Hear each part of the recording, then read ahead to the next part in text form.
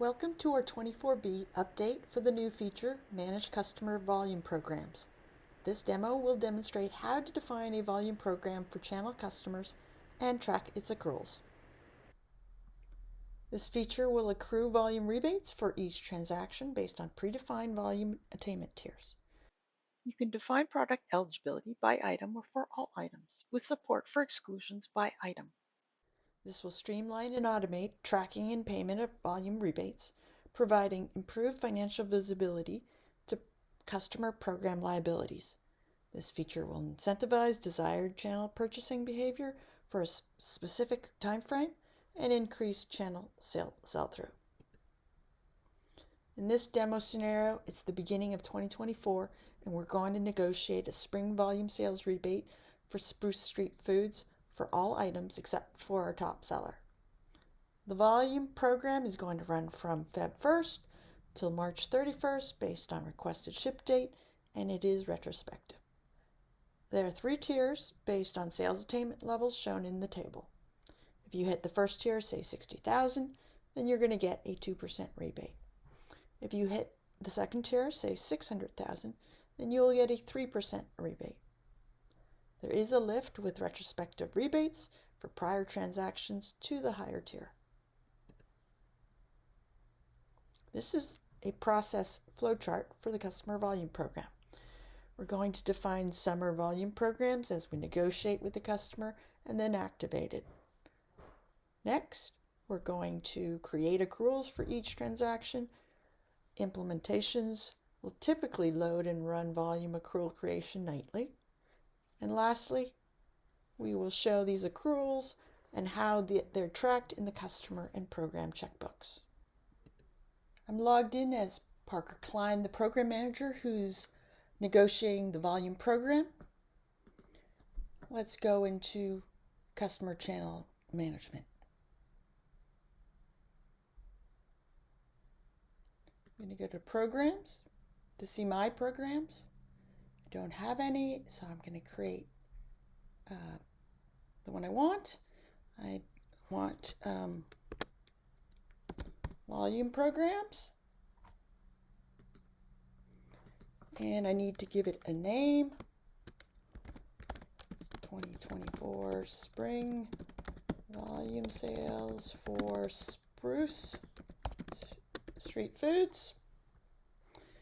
I'm going to let it generate the promotion code, and it's based on requested ship date. It starts February 1st and ends March 31st. So a program that runs 2 months, and I'm going to create it.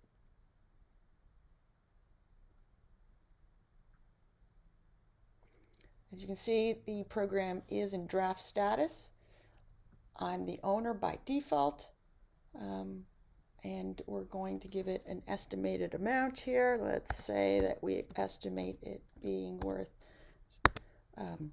50,000. It is a retrospective volume program. And next, I'm going to need to add a volume rule. So we mentioned that this is, we're basing this on volume sales, and that will be a percentage, but it also supports tiers by quantity, which would be a flat amount for a given unit of measure, but ours is by a percentage of sales. So let's move on to creating the tier. A volume rule is made up of a set of tiers and eligible products towards this volume attainment.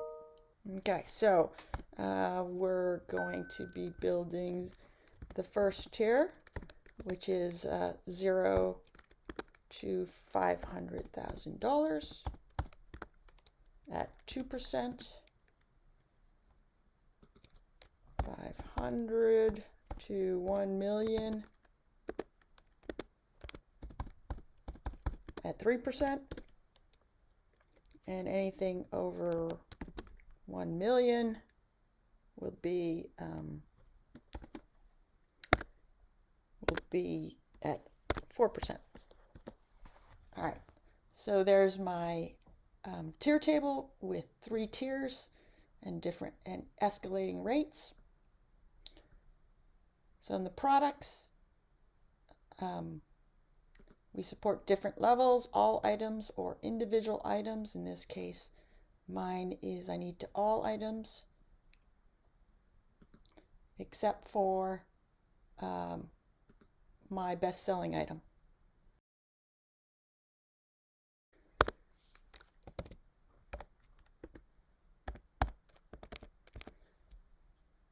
I'm adding the exclusion for 54111, and I want to create that exclusion. All right, so I can as well upload products in Excel if I have many of them. The other thing that we can do is we also support this checkbox for include volume, exclude discount, and that gives you the ability to have specific products contribute to your volume attainment, but not provide any rebates based on it. With that, I'm going to create and close it. All right, so I'm back at my program. There's my volume sales. There's my volume rule I just created, which is a percentage of sales. And I need to add a customer. In this case, my customer is going to be, we also support different customer qualifiers. And in this case, I am going to do Spruce Street Foods.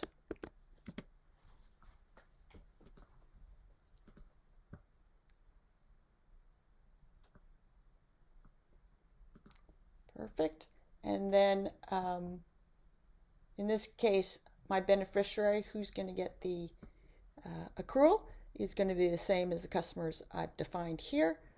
If you need to make it different, you just uncheck the checkbox and you would define a different beneficiary.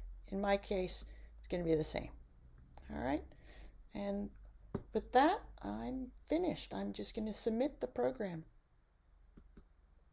for approvals.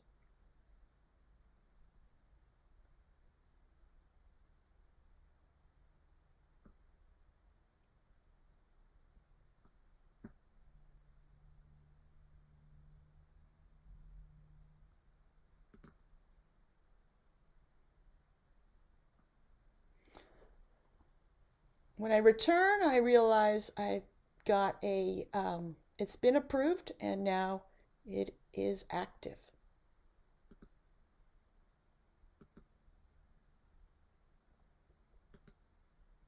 I'm logged in as Evan Sondheim, the operations person, and I'm going to process the and create the accruals. So prior to this, I've already uploaded some CSV transactions and we just need to submit the create approval process.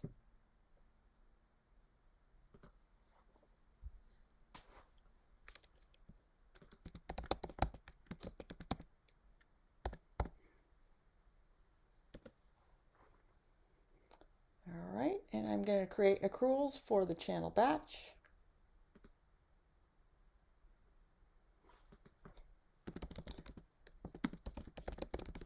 Give it a business unit and give it, I'm uploading from a CSV transaction, so that's the sales order, and I can either choose one or not choose one or select one. In this case, I'm going to select one and submit it for processing.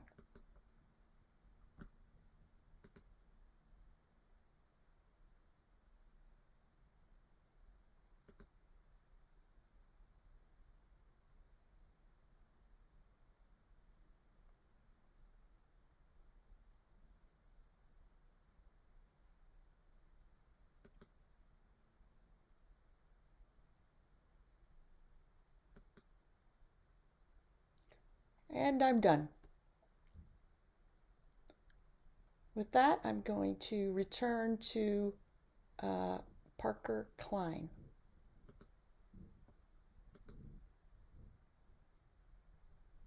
I'm back as Parker Klein, the program manager, and I'm going to go check out those accruals that we just created. Here's my customer checkbook. You can see the customer Spruce Street Foods. When I drill into that, I will see the various programs. In this case, there's only one. There's the program we just created, and there's the 2,700 in earned accruals that we have just calculated. I can also drill down into the actual program checkbook to see more information. In this case, this program was entirely dedicated to Spruce, so there are no other customers. However, I can see the various bill-tos that helped earn that accrual. In this case, there's only one. Thank you for watching. You can refer to the Channel Revenue Management 24B What's New document for more information on this feature.